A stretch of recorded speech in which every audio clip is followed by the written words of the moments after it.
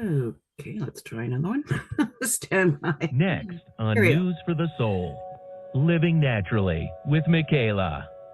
Michaela Jones is an integrative holistic health specialist who blends traditional naturopathy, homeopathy, nutrition, emotional release, and energetic work for health and wellness of the body, mind, and soul. Michaela is a doctor of naturopathy and a board certified holistic health practitioner with over 25 years of experience. As a naturopath, medical intuitive, and energy healer, she helps her clients connect the dots between the physical, emotional, and energetic root causes of health issues. Please welcome Michaela back to News for the Soul. Hello, my beautiful souls. Welcome back to the show. I'm your host, Michaela, and today's episode is all about resilience, the kind that comes from healing, not hustling. I am joined by the dynamic Dr. Tanya B, a transformational coach, speaker, and founder of the Resilience Lab. Known for her no-nonsense guidance, intuitive insight, and powerful mix of tough love and spiritual wisdom, Dr. Tanya helps women and teens overcome being overwhelmed and step boldly into their power. So, we're talking about emotional healing, rewiring your brain for clarity and confidence, and yes, why bubble baths are not enough. So, get ready for some real talk, some deep insights, and a few laughs along the way. Welcome, Dr. Tanya. Thank you for being here. Thank you so much for having me. I'm so excited to be here. Yeah, this is awesome. I am so happy that I was able to get you to come on. I love your mix of modalities and methodology and all of that stuff because it's very similar to me because it's like I blend a lot of different things and, which makes me, kind of an oddball. So it's always great to run into fellow oddballs. So Yep. I love when people specialize and they go so deep on their one thing, but that just didn't work for me. And so I've got yeah. I've got all of the modalities. Same. I feel you there. Well, let's just jump in. So, you're known for mixing tough Mm, love and humor and a little bit of hippie woo. mhm. How did your journey into holistic transformation begin? And how did that unique blend become your signature? Yeah, that's a great question. And I think probably the answer is more straightforward than many people would expect. And basically, it comes down to my personality and my experiences, right? So I've been married for a really long time. We raised three boys together. We had the house, we had the dogs, we had the fence, we had the whole thing. And I just have this, I've always had this drive and this need to do more, to be more, to show up a little bit differently. And I could never understand why I wasn't happy. Why did those things not create the happiness and the joy that I thought that I was supposed to have? Why was I not enough? And so the only reason I have a doctorate degree was to prove to myself that I was smart enough to do that. Like I didn't believe that. And so I had to prove it. And so along the way, I just kept picking up these modalities because I was trying to feed that own thing for myself. And so it just sort of came about naturally because I was learning for myself how to do these things. And then what I recognized was people were coming to me for those things. And so how did I turn that into something that became even more helpful? And I have just always had this calling to help women, especially. I'll help anyone that comes to me, but teenagers and women seem to be my calling. And so I've just spent a lot of time there. And then on top of that, humor is my signature. It is a thing that I do. I'm going to lead with signature all of the, or I'm going to lead with humor all of the time. And it tends to make people comfortable. And so when we're having the really hard conversations, which are also things I don't shy away from, I'm willing to talk to you about the hard things and make you uncomfortable. And I'm willing to do that about myself. That's where your reflection and your growth comes from. And so just being willing to have that hard conversation and then you lean in with a little bit of humor, your life's going to be a lot easier. And so it just sort of kind of came to me because that's who I am and that's what I do.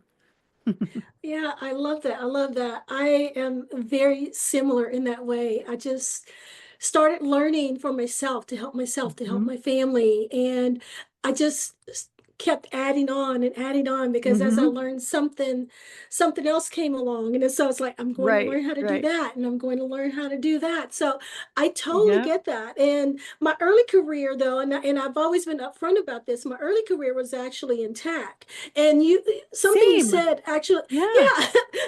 So yeah, something you said just really kind of clicked with me. And initially it was, yeah, I'm going to prove that I can do Hmm. that. Hmm. Because at the time, and for those of you who've been listening a while, I'm a little bit older, even though most people think I'm younger than I am. At the time, there were very, very few women in tech. Hmm. And it was like, oh my gosh, I am going to prove to them that I can do this. And Hmm. I did. I excelled at what I did, but much like Hmm. you, I did not find fulfillment in that. And Yeah. so Yeah. everything totally flip-flopped for me and changed. Yeah. And I love that your journey is one of natural progression as well. For It's just kind of sure. what came For sure. about. Yeah. We didn't set out to do this. It just happened It that found way. me. And I think And too, th- to what you're saying, so I spend a lot of time with between middle school and college age students. I spent a lot of time this week talking to college students about mindset and self-care. So those are the two areas that I Mhm. spend a lot of time with them. And I always talk about emotional intelligence with that group. And I don't necessarily believe that it belongs in self-care, but I think that if you want to be successful, you have to include it. And it's probably very much like you. If you were successful in tech and you had to prove to yourself that you were doing those things, you've got this layer of emotional intelligence that, what I talk about is you don't have to be the smartest person in the room. I was in tech and I was not the smartest tech in the room. I was not the programmer because I was terrible at that. But what I always did, no matter where I landed, was got promoted up through the ranks. And it's because I knew how to work with people. I knew how to understand people. I'm super intuitive and I could read where they were coming from and I could use that to motivate them. And so I think that's part of that conversation too, is how we sort of land and fall back into what it is we were called to do, or what it is that's going to fill our cup, or make, what is calling to our passions and whatnot. Yeah, yeah. Mhm. Ironically, I was a programmer. I was a database designer. Oh, I So was terrible at it. I did work with databases, but I was a terrible programmer. I'm not detail oriented enough. Mhm. so let's talk about the Resilience Mhm. Lab. You created the Mm. Resilience Lab to help women reset and reclaim their power. Yeah. What inspired that, and what kind of transformation have you seen happen inside of this community? Yeah, I love this because it sort of leads back into what we were just talking about. Like as a coach, when you end up in any kind of coaching field, you often find yourself either working with people who were working through the same things that you had been working Mhm. through. Like that ends up being your niche a lot of times. But we often create what we were seeking at one point, and that's exactly what happened here. I needed 20 years ago, I needed coaching, I needed accountability, I needed community, and I needed that without breaking the bank because I was working and had a house and three boys and was raising them. And so I needed to find that in a way that was affordable. And so that's what I end up doing here, is working with so many people, especially women. The Resilience Lab is mostly for women. And so I'm working with people, women who are high functioning, overachievers, overgivers, under supported. They are wearing their resilience like it is a suit of armor.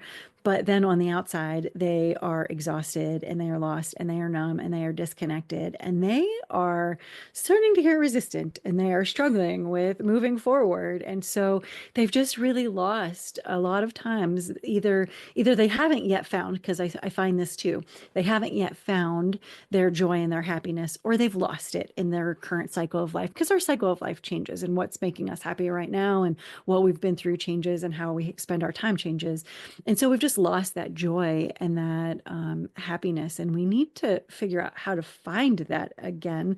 And so it is about my whole shtick is about living your life, but living it better. how do you do this better than you have been doing it? And how do you feel really good about this? And so it's sure it's a coaching container, and I'm coming in with something every week. We go live every week and we meet as a group. And so I'm coming in with a topic, but I'm also leaning into my hippie woo, and I'm pulling out my Reiki, and I'm pulling out my attunement, and I'm pulling out my emotion coding, and I'm doing all of those things because I need to know what you need when you show up for me. I need to show up for you. And so how are we doing that and serving each other in a way that makes sense? I would say one of the greatest transformations that we're in the middle of right now, which I'm loving it. It's so cool. There is a woman, she's sort of been lurking in my orbit, which is what people do, right? They pay attention to your social media, they listen to the Yeah. podcast, they listen to the radio show, they like your photos, they like your quotes, and then eventually they reach out and say, I have this thing that maybe you can help me with. And this woman had been in my orbit for a little while, and finally she joined the Resilience Lab. And when I come in, I often, especially if I don't have a lot of people coming in at the same time, I will spend time doing some distance Reiki ahead of time. They know it's coming. I don't surprise them with it. And then when we get to meet one-on-one, and I'll do this in lots of the programming that I do with women and people and teens too.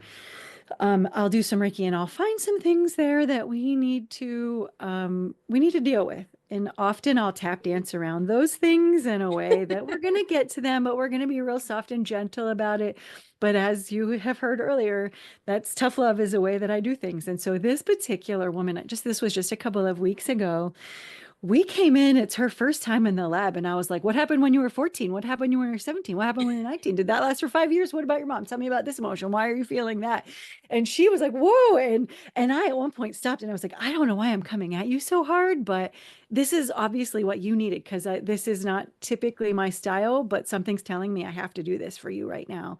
And, we had some tears, and because it's not the hard work is not fun all of the time. So we got through that, and then we laughed a little bit too.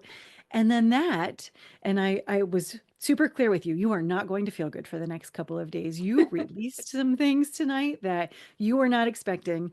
And then we catch up a couple of days later, and she says, I've never said some of those things out loud. Those are some of those things that happened when I was a teenager were really awful, and that was really hard. And I've never talked to anybody about them. And now I've chosen you and one or two other people that I've shared this with, and I've been able to process and work through.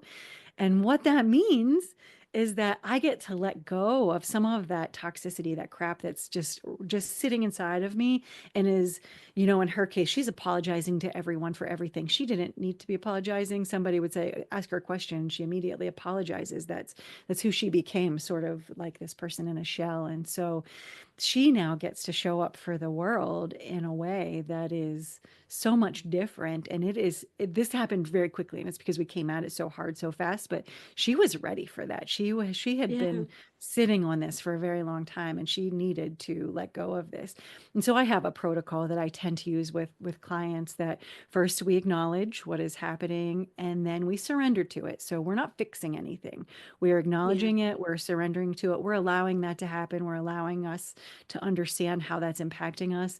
And then we release it, and then we start manifesting the world that we want to have around us. And so that's exactly the work that we're doing in the lab, and how we're helping women draw out the things that they don't need to be holding on to anymore, because we're all doing it. That's why we're saying to ourselves, I am enough, I do deserve, I get to live in this way that I want to be living.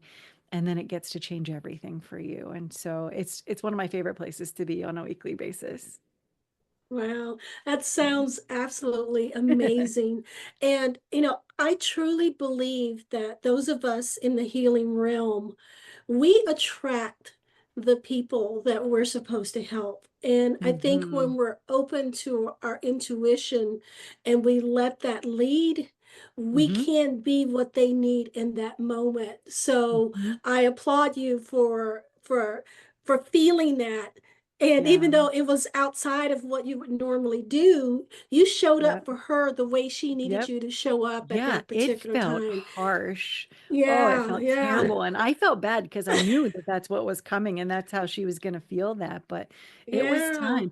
But I think you're right. Like in terms, and I started to talk about this in terms of coaching and niching and all of that. I don't go out and say, this is my niche. This is who I'm working with. yeah. I say, to my divine guidance, I call in, you tell me who, like, your work is flowing through me. This isn't about me. This is about what I need to be providing to the world. And so you bring Yeah, those people to me and let me do your work so that I am able to provide for them what they need. So I think you're yeah, absolutely right. It is all about that attraction and finding the people, because not everybody is attracted to my tough love or my sense of exactly. humor, right? Like, you don't need to Exactly. be. And you talked about being a little bit older. I am 52 years old and turning 50, I thought it would be terrible. I loved it. It made me so happy. And it made me confident in a way that I had not been before because I felt like I've got this enlightenment now. Like I've earned Yeah. where I'm at in this world.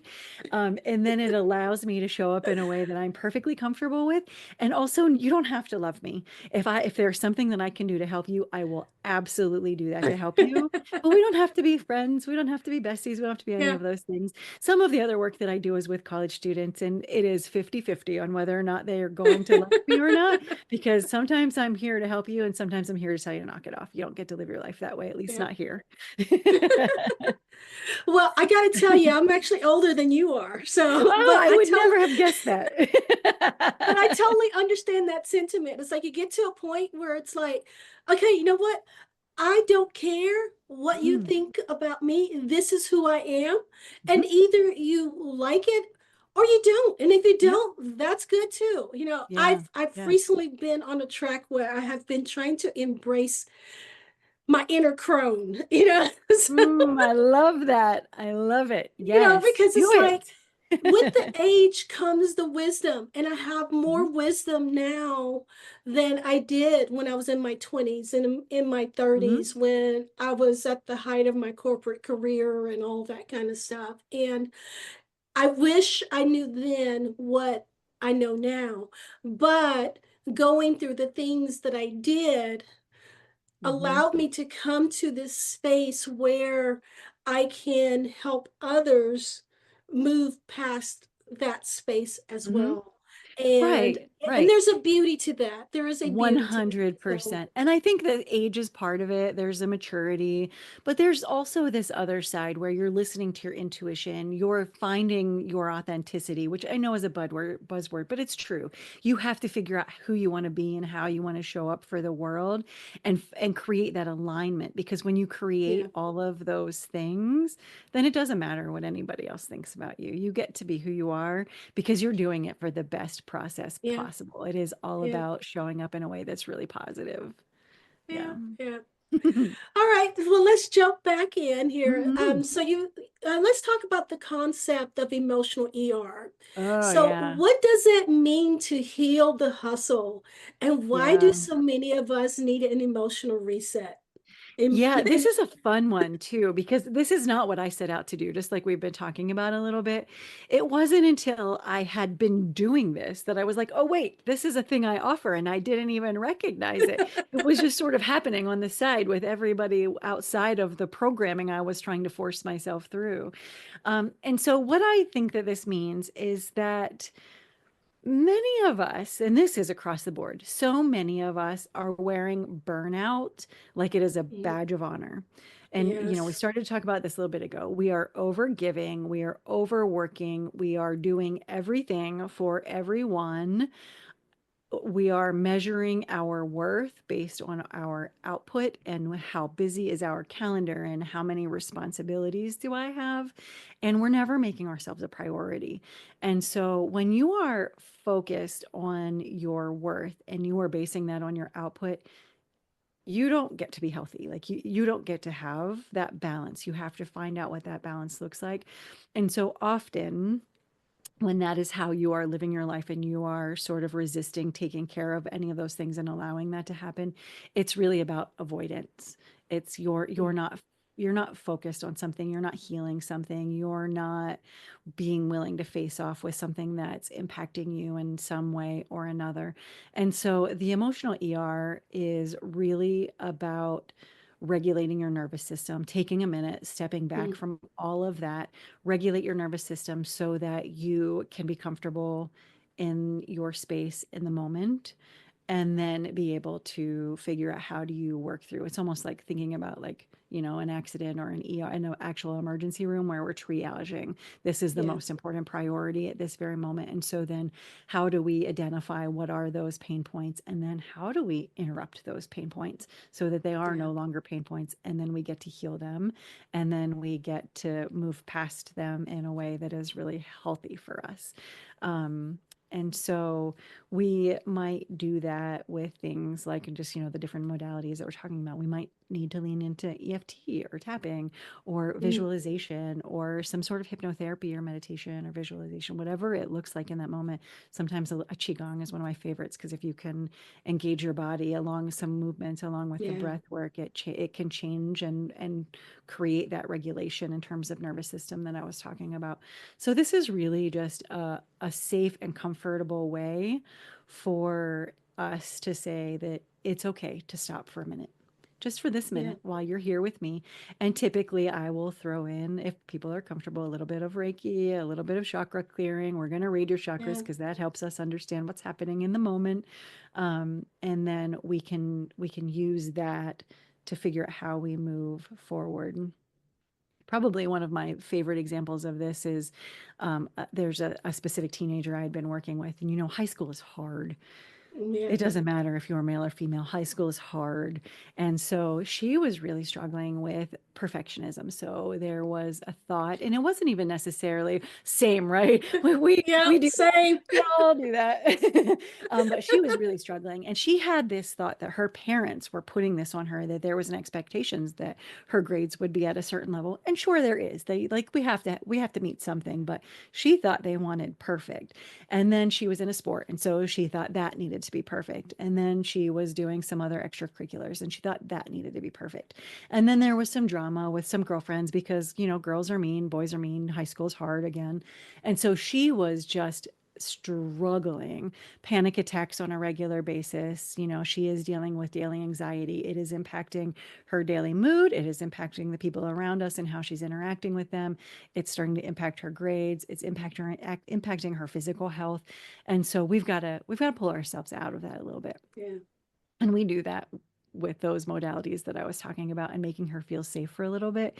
In her case, we used some crystals because that was a thing. She enjoyed having something tangible in her hand. And so we did some Reiki. We do a lot of talking. I am not a therapist by any stretch of the imagination. I am not a counselor. I am a coach, but we talk a lot. And so just sometimes talking and processing is enough to understand that story that I created isn't my reality. It doesn't need to be my reality as I move forward. And then how do I change my mindset so that I can do that in a way that is more sort of proficient for my mind and for my body, so I can be healthy and happy. We get to be happy.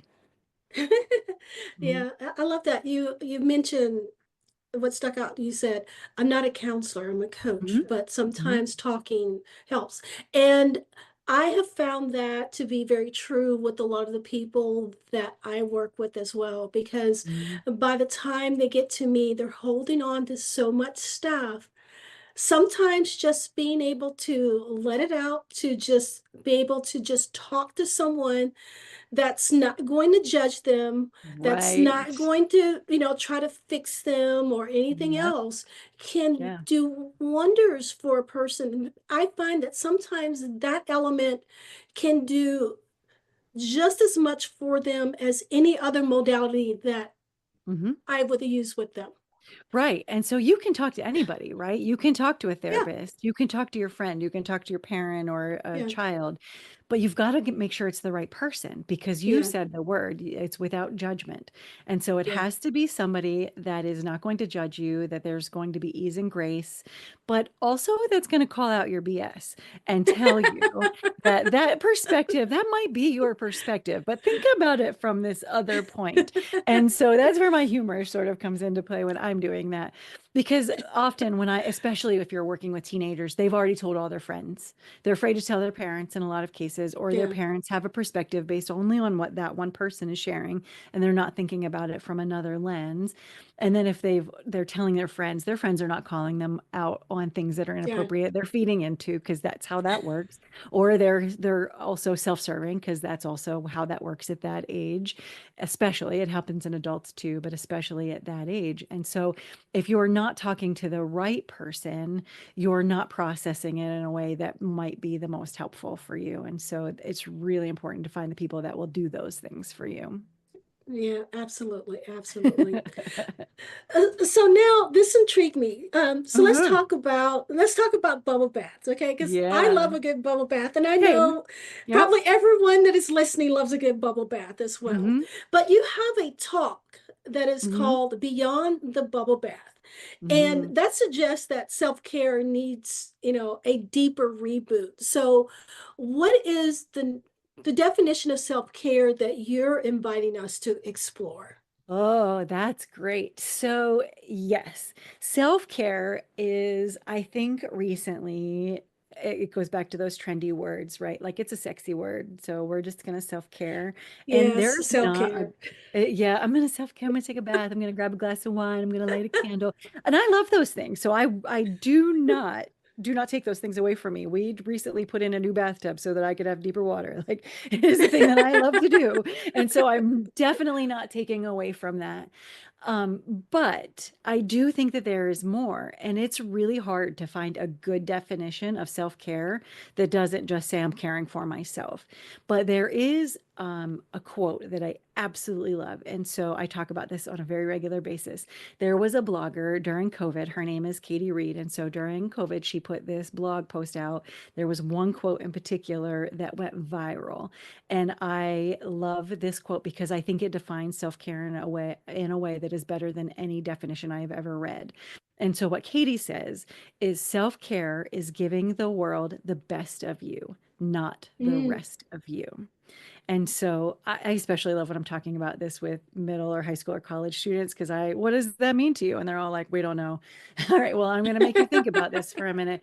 But if you are an employee or you are self-employed, if you are a partner, if you are a parent, if you are part of your community, you are giving in all of those areas. And if you are giving at 100% in all of those areas, you're not doing yourself any favors, because number one, you're not prioritizing yourself. But number two, you cannot give 100% to five different areas, right? And so you yeah, have to find the balance so that you are giving them the best that they need at that time, so that you then get to take care of yourself and then show up for the world in a way that makes a lot of sense and is the way that you want to show up for the world. And so that doesn't always just mean that you have 5 minutes to take a bubble bath. It sometimes means that you have to set some boundaries in a way that make people uncomfortable. And so it's a hard thing to do. And I also think that there are so many schools of thought on self-care, in terms of like, are there two categories? Are there 12 categories? And you can read all, like there are a million of yeah, them. I have yeah, my own based on my own teachings and my own experience, and I've been doing this for a really long time. I believe there are six categories. And the other thing that most schools of thought will tell you is that they are all equal, and that you have to yeah. provide to all of them equally in order for you to be cared for appropriately. And I also don't buy that. I think that there is one category of self-care that is most important, and without that, and when like I have a visual sort of when I teach it, and so there's sort of a bubble on the bottom, and then around it are sort of like in the orbit are these other categories and circles. And so Hmm. if you have to have this one piece in place, and if you don't have this one piece in place, you can pull the other pieces together, but you can't sustain them for more than a hot minute. So Yeah. the piece that I think is most important is the foundation, and that is sleep, nutrition, and movement. If you Hmm. don't get some semblance of order there, and I'm not talking about perfection, we are not prescribing diets and exercise plans and preparing for an Ironman marathon by any stretch of the imagination. You just have to have some consistent sleep, and you have to feed your body with some basics like proteins and vegetables and Yeah. fruits, and healthy carbs. And then you fill in with the fun stuff on top of that, because you don't want to create you know, you don't want to deprive yourself because then that's all you want. And so you have to be Yeah. able to do that. And then you just have to move your body. And if exercise is something that you resist because it's scary, then movement is the word that you're looking for, because it Yeah. doesn't have to be the marathon. It just has to be something. And then once you get that foundation sort of stable, again, not perfection, but stable, then there's some other things. So you've got lifestyle harmony. Those are setting boundaries and, you know, creating your goals and understanding how do you backtrack from that goal so that you get to accomplish that goal. Social well-being, how, you know, to spending too much time with people drain your battery versus spending some time by Hmm. yourself, or vice versa. And so what is the balance that makes you happy?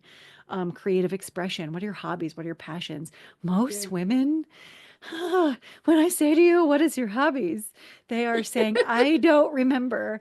I don't, it's been so long since I've done something along those lines that I have no idea. And so we have to spend some time.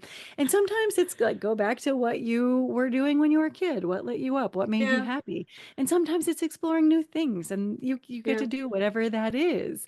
Emotional intelligence, I think we talked about that a little bit, but I think there's a piece there, because if you want to be successful, you need to understand how the world is impacting you and how you are impacting the world. And then probably my favorite category is spiritual connection. And I love asking, you know, students or teenagers this, because when you say, what is spiritual connection? Is it about religion? And it's either a very strong yes or a very strong no. Well, maybe. The question is maybe, Yeah. because self-care is you. It's what you need it to be. And Right. so maybe you know, affiliating with a religion, going to church, praying to God. Maybe it looks like something like that. Or maybe it's going fishing or hiking or spending time out in nature and connecting with something that's larger than you. Maybe it's Yeah. time on the yoga mat with affirmations and mantras. And it's just about creating that connection with something larger than you, universe, source, divine beings, whatever that looks like for you is perfectly fine. And so this is my favorite topic because we do it terribly. Most of us do it terribly. I did Yeah. it terribly for a really long time. I also, my boys are out of the house now, and so I have time to do it for myself in a way that I didn't used to. But I get that it's a challenge, but you have to figure out how to do it, because if you don't show up for the world the way that you want to Yeah. show up for the world. So it really is about my life better. Yeah, absolutely. I love Yeah. that definition that you shared and all of the different elements that you've put out, because I don't think people think about self-care in Mhm. that way. You Yeah. know, like you said, it's like it's beyond the bubble bath. It's not just about taking a bath. It's Yep. so much Yep. more than that. For a long time, my best self-care was saying no, Yes. because I And was it's such a one people. word, right? Yes. One word, and it is a full sentence. I Yes, just told this absolutely. story. Yeah. I just told this story earlier today. I already told you I'm 52 years old. Over the weekend, I told my mom no. I said to her, and I said it with a smile. I'm not fighting about it, because if I fight about it, which is often my tactic with her, because she's aggressive, she's aggressively helpful. She likes to tell herself. And so she said, like, this is a thing that's happening. You can ride with me, blah, blah, blah. And I was like, no, I smiled. I said, no, I don't think I'm going to do that this time. I'm not going to go do that. And I thought she was going to fall out of her chair. She was not prepared for that. But she's not come back because I said no. And I did explain a little bit about why I wasn't going to do that in the moment. But you don't have to. And here's my other point about boundaries: as you set that boundary and you stick to it, you do it appropriately, you do it in the best, nicest manner you can do it, and then you stick to it. Because if you don't stick to it, just trying to set it the second time just gets harder. The third time gets Yeah. harder. And so you really do have to stick to it, and you have to be okay with that. That word no is a sentence. Be okay with it. Make Yes. yourself comfortable. Absolutely. Absolutely. I tell everyone it's like practice Yeah. saying no. And if you Hmm. and if saying no is so difficult for you, practice saying yes to yourself. Hmm.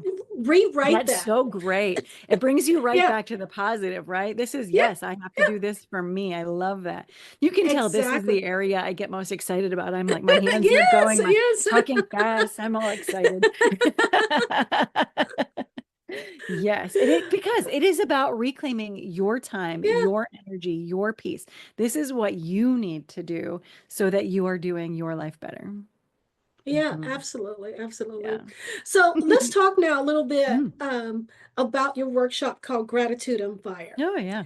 Because this leads right into, because I was just talking about rewriting and Mhm. rewiring and stuff, and Yep. I know that that workshop is all about rewiring our brains with gratitude that helps us build clarity and confidence. So can you tell us a little bit um, about that, a little bit more Mhm. about that, about the rewiring and how Yeah. gratitude actually helps with that clarity and that confidence and that change that we're looking for? It's exactly what it does, right? So neuroplasticity is a thing. And so this is where we get to nerd out just a little bit because Oh yeah, I everything, love talking everything about neuroplasticity. exactly.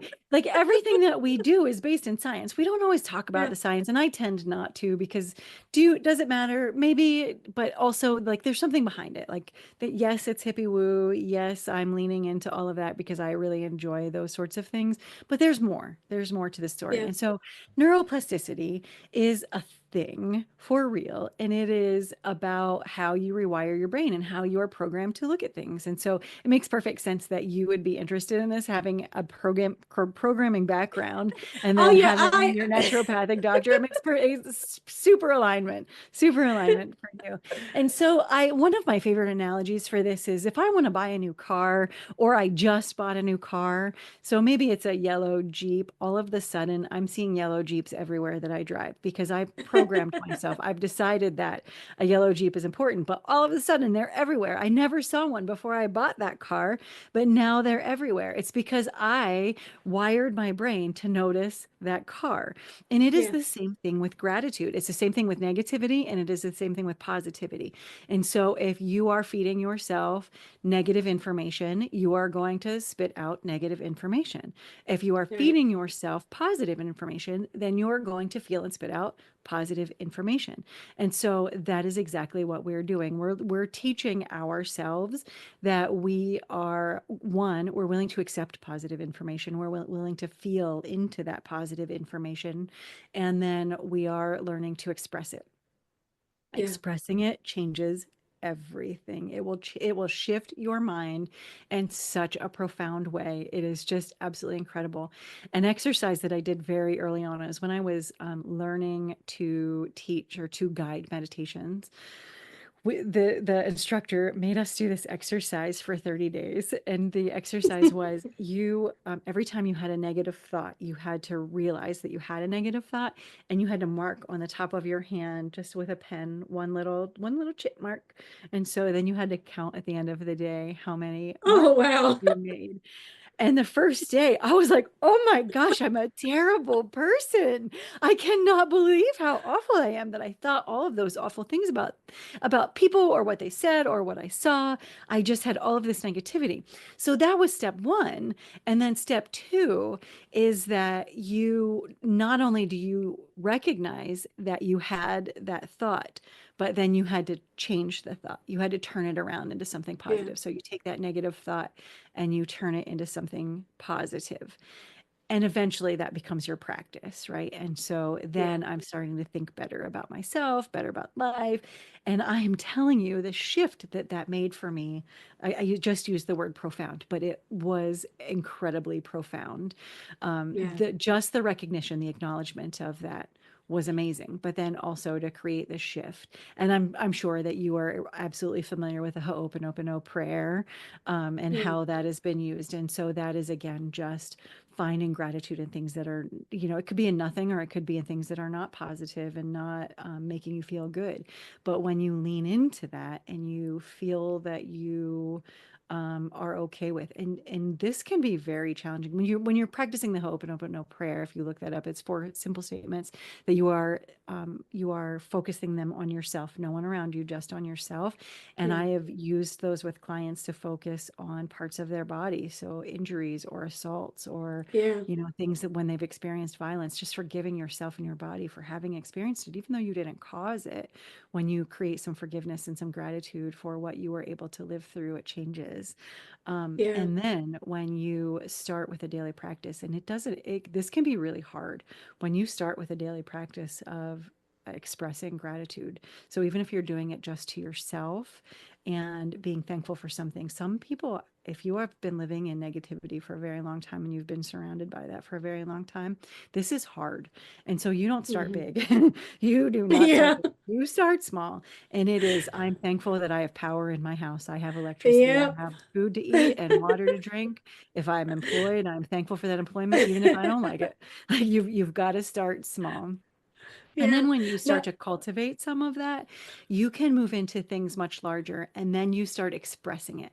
And when you start sharing your gratitude with other people, ooh, it tenfolds everything because yes. when you do that, you're getting bonus points because you made them feel good, whether they believed it or not. So it's always, I love when you express to, you pay a compliment to a woman, like, I love the top that you have on.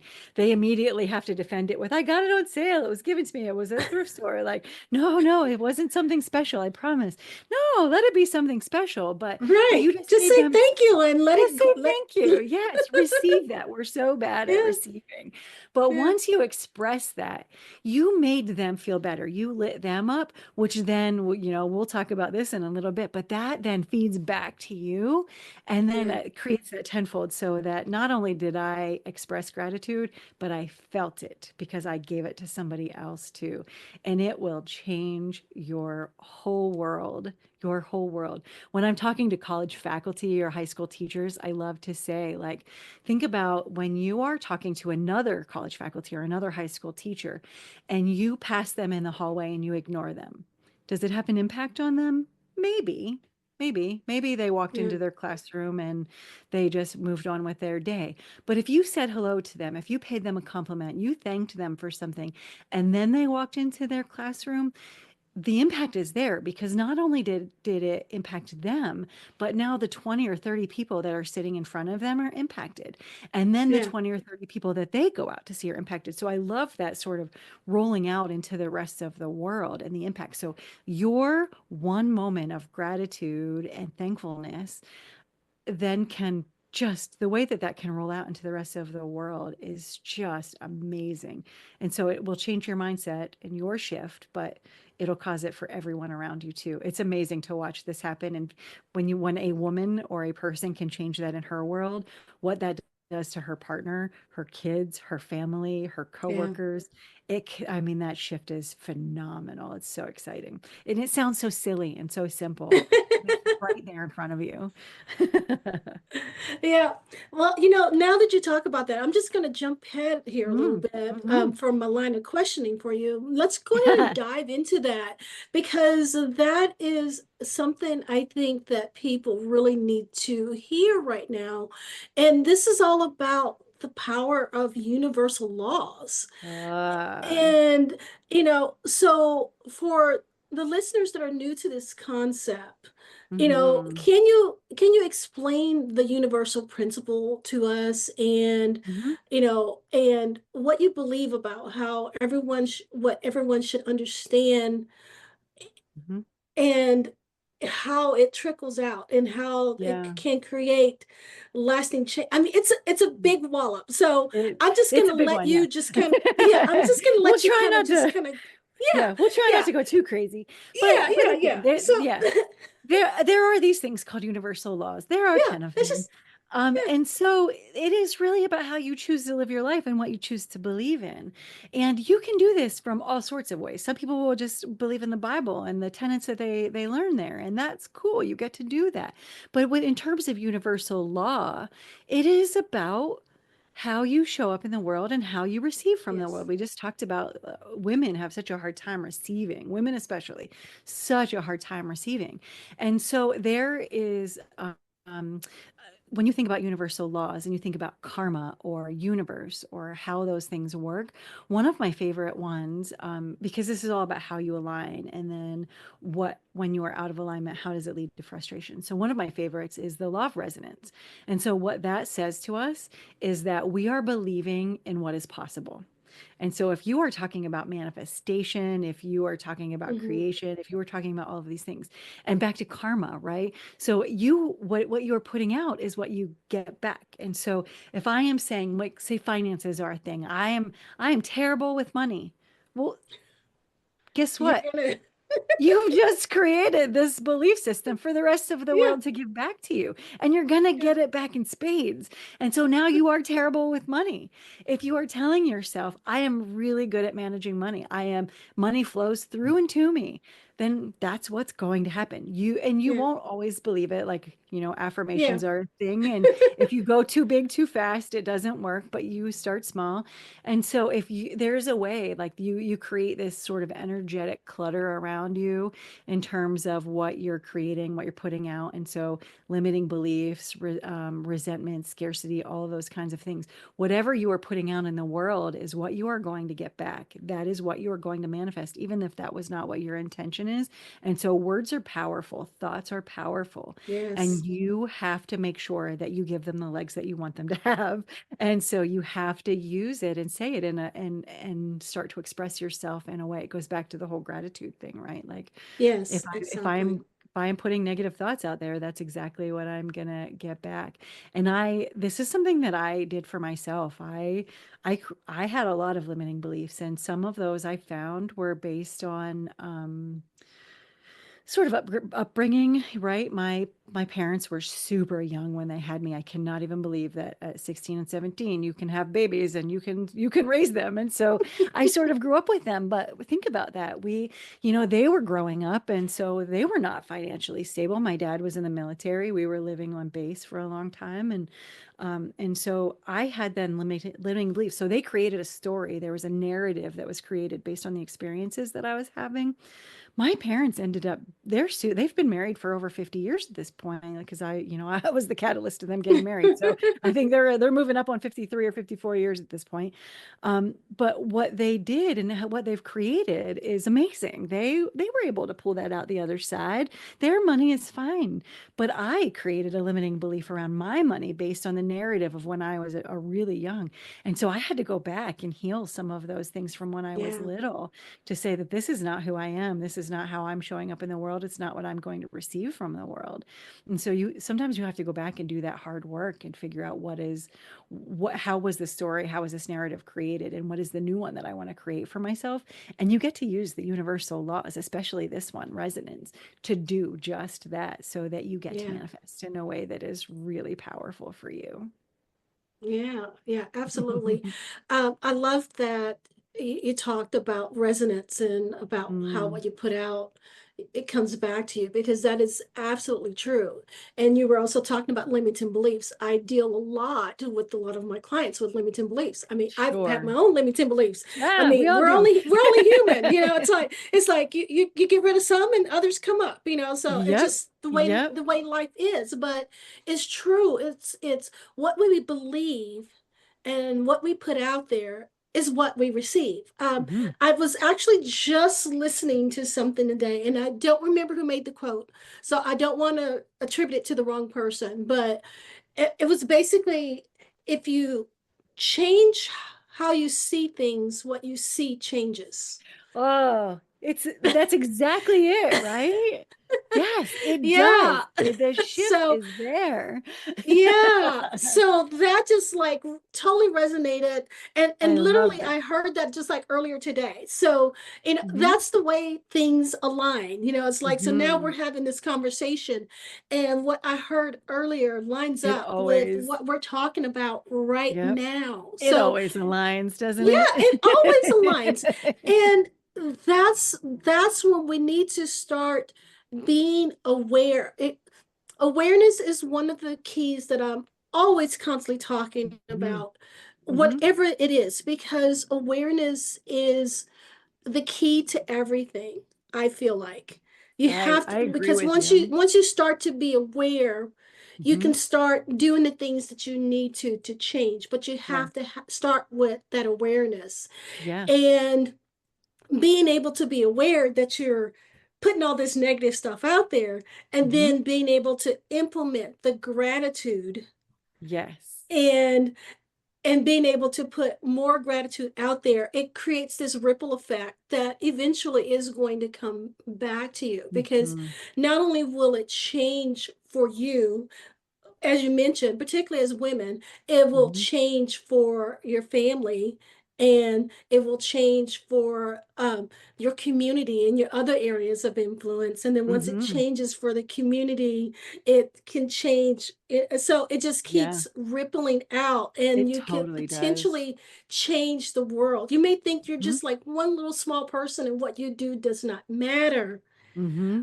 But Yep. when you put it out there with love and gratitude, Mm-hmm. it will come back to you Yes, tenfold, hundredfold. absolutely. I mean, Absolutely. I think Yep. part of what is going on in our world today, because I have been sensing so much chaos around us, such chaotic energy. I think we as a society, we've just lost our gratitude. We've Mm-hmm. lost being grateful for the Mm-hmm. things that we do have in this country. And Mm-hmm. and you mentioned earlier, it's like starting small. I often will say that to my clients too. It's like, because they'll be in such a negative place, it's like, start with small, that you Yeah. have clean water to drink. There are Mm-hmm. places where they do not have clean water to drink.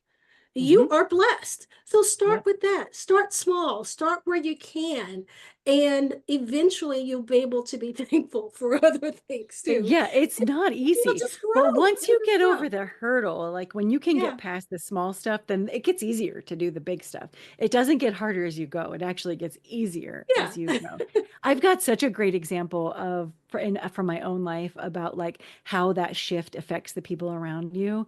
When I was starting my own business, so I'm a professional. I've done well in career, but when I decided I was going to create the shift for myself, I've got an associate degree, a bachelor's degree, a master's degree, a doctorate degree, all the things because I've had to prove to myself, remember? But I'm starting this business going, I don't know who I am. I don't know that I have the value. I don't know that I have the worth. I don't know that I have all these things, but I'm going to do this. I'm going to create a business and I'm going to start talking about it. My husband at the same time was struggling with his career. He had been in heavy construction. We wanted to do something different with him. And then all at once, I was like, I think that you should start your own business. I think you should start the business that you want to have. It should be a handyman business. It should look like this. He loved the idea, immediately leaned into it. At the same time, my teenage son was like, you know what? I want to start a car detailing business. And I was like, cool, go do that. And so the two of them felt my energy of this Yeah. entrepreneurship and the ability they bypassed me, right? Like I had these limiting beliefs that were stopping me from being successful and taking, like I was saying it, but I wasn't taking the actions. Yeah. And then both of them were just immediately stepped into it and embraced it and were super successful. And I remember one night, like they both came up and they're like, hey, we put this quote out and we got this thing. And it was even like for more money than I would have ever considered charging for anything. And I was like, I just wish I had the guts that the two of you have. This is amazing. But because I created the energy in our house, Yeah. the two of them immediately leaned into it and it just took off from there. So it was like, it's just phenomenal to watch that. And then, of course, I'm the proud mom going, yeah, I wish I could do that. But eventually I did it. It just took me a little while and I had to go back and do the inner work. And we're like onions, right? Like you can Yeah. take care of the inner work and it's one piece and then you got to go back and peel the Yeah. next layer and find the next piece and then the next Yep. piece and we're just going to keep doing it. Yeah, Yeah, you're so absolutely, right though. absolutely. So Yeah, good. and that's again, it goes back to the resonance, it's that vibration that we're putting off. Yes. You Oh, were you said one of putting my off favorite. that, you were putting off that vibration and they picked up on it. Yeah. And so It took off. your vibration of this change that you Yep. wanted to see happen, they picked up on it and they Yep. ran with it. And that's Yeah. what we're talking Yeah. about. It's that what Yep. we do for us or try to do for us Mm-hmm. can absolutely vibrate out and Yep. change others around us, change the world. So One yeah, of my yeah, favorite sayings, and I'm sure this you'll get it, is your vibe attracts your tribe. It's the same thing, yeah, right? It's the yeah. energy, it's the resonance. Whatever you're putting out there, you're getting back, whether that is people, whether that is karma, whether that is actions, whatever that looks like. Your vibe attracts your tribe. Yeah, yeah, absolutely. Yeah. Absolutely. So I'm not Hmm. going to get to all the other stuff that I Yeah. wanted to Yeah. ask you I at had a this point feeling we because would. it's yeah, because but I'm loving this conversation. Yeah. The good thing about these types of conversations is that I feel like the information that needs to be said comes out because it's something Absolutely. that someone needed to hear. Yep. And so I don't sweat it. It's like whatever comes out, comes out. So, Yep. I I'm love good it. with Me that. too. Me too. So, but I did wanted to ask though, because you do have all these pieces, and I'm all about providing my audience with takeaways and tools that they can use, that they can add to their tool Hmm. belt, something that they can utilize, Hmm. in their everyday lives to get from point A to Yep. point B to make those changes that they want to make. Can you offer us like a simple exercise, that people can do right now to Hmm. help them reconnect with themselves, with peace, with gratitude, or whatever it is that they need to connect with? Because I think we all have become so disconnected that Hmm. it really makes it difficult for us to have that clarity that we really need to make those changes that we want. Yeah. So, Yep. do you have something? Because I know you like to combine movement and breath and Hmm. gratitude and everything all together. Hmm. So, can you give us a little something that we Oh, can you bet. This is utilize? my favorite stuff to do because I really dislike when I pay for something new and I don't get a tangible out of it, or if I spend my, and by paying something, you're spending your time, your resources, whatever Yeah. it is. And if there's not a tangible to take away from that, I get really annoyed. So I love that we're gonna walk away with a tangible. And there are so many things we could do, right? We could be leaning into qigong, we could be leaning into breath work, meditation, visualization, all of the things. But I feel like what we need to do right now is a little exercise that I call stand tall. And this is Mhm. something that you can do anytime, anywhere. Even if you're sitting down, you can still do it, but you could do it standing as well. And this will always bring you back into a place of being centered. So grounded could be a word that you use. I like to use centered because I think it's bigger than grounded. It brings you out of fight or flight. It brings you into confidence. So if you are just moving into anxiety and you need to move out of that, if you are moving in, or if you're stepping into a like high level meeting or a confrontational something or another, if you're about to public speak and you're about to be uncomfortable, you can use this very quickly to shift and regulate. And so, like I said, it's called stand tall. And so typically what I would say is stand with your feet about hip width apart. Erect your spine so your shoulders are back, the crown of your head is up towards the sky. If you can, you would close your eyes. You would take a nice deep breath. Make sure you're pulling that down into your belly and then into your chest. And you're just going to have a nice slow release. And you're going to do that 2 or 3 times.